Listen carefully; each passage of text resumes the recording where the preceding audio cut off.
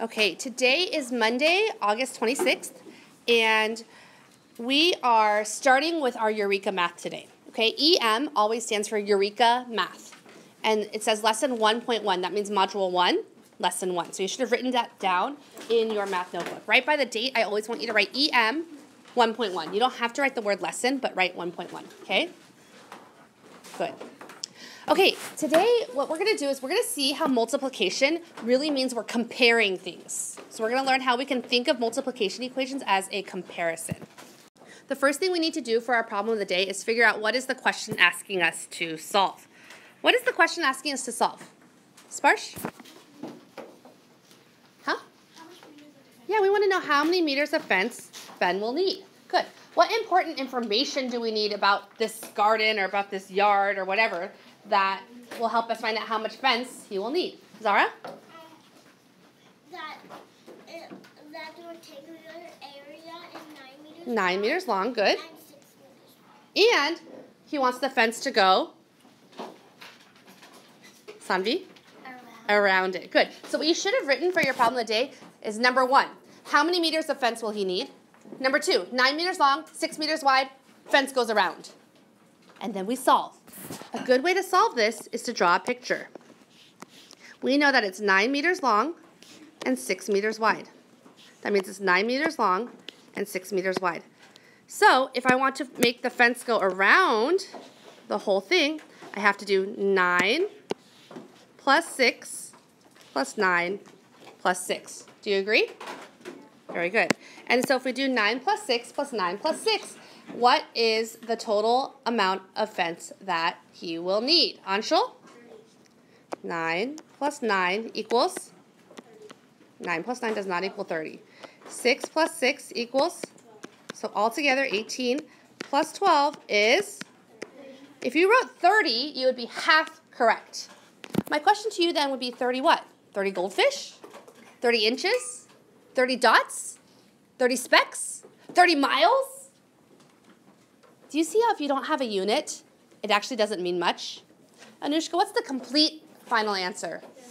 30 meters of fence. Very good. And then in my math class, we always put a box around our final answer like that. Okay, does that make sense? Good. We can call this, if we think of this as a place value chart, and we say that the rightmost place is the ones place, go ahead and fill that in, ones. What would this place value be called? Everyone? Tens. Go ahead and fill that in. Followed by the hundreds, and then the thousands. Good. Go ahead and fill that into your own chart on your notebook. I drew 10 ones in my ones column. See, 1, 2, 3, 4, 5, 6, 7, 8, 9, 10. I could trade those in, couldn't I? Do you guys agree? Yeah. Could I trade in these 10 ones? And they could become 1, what? 110. Do you agree that that has the same value? I could either give you 10 ones or I could give you 110. Because 110 is 10 times as many ones as 1, 1. Do you agree? Good. So instead of writing that sentence, 110 is 10 times as many as 1, 1, I could write 10 copies of 1, 1 equals 10. Because 10 is 10 times bigger than 1. Do you agree? Good. Go ahead and copy that into your notebook. So really what we're saying here in this multiplication equation is we're saying 10 is 10 times bigger than 1 because 10 times 1 equals 10. We're thinking of this multiplication equation as a comparison.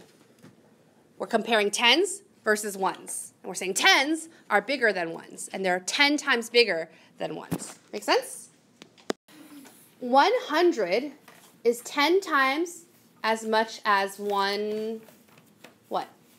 If I want to have 100, how could I trade that in for 10 of something else? It would be 10 whats? Everyone? 10 tens. Good, right? Do you guys agree that if I drew 10 tens here? 4, 5, 6, 7, 8, 9, 10. These 10 tens would be equal to the 100. Do you guys agree? So we can fill in the sentence. You guys don't need to draw it. Just write the sentence. 100 is 10 times as much as 1. What? 100 is 10 times as much as 1. Yes, Sanvi? 10, very good. And so we can write that as a multiplication equation. We could say 10 copies of 110 is equal to 100.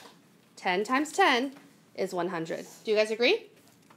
So there we're writing the multiplication equation as a comparison. We can say that 100 is 10 times bigger. We're saying 100 is 10 times bigger than 110.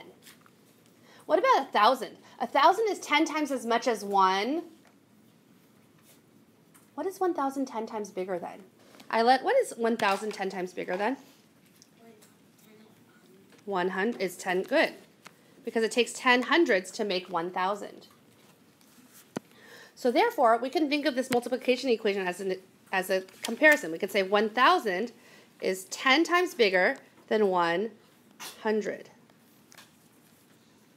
Does that make sense? Good. If I have 4 ones, 1, 2, 3, 4, but I want to multiply that. I want to make 10 copies of that. Okay, so check this out. I have 4 ones there, right? Okay, now, what if I make another copy of those ones? How many ones do I have now? Everyone, how many ones do I have? 8. Okay, but what if I make another copy of it? How many copies of those 4 ones did I make so far? How many copies did I make? I made 3 copies, right? Here's 1 copy, here's 2 copies, and here's 3 copies. Do you guys see that? How many ones do I have altogether? Everyone? 12.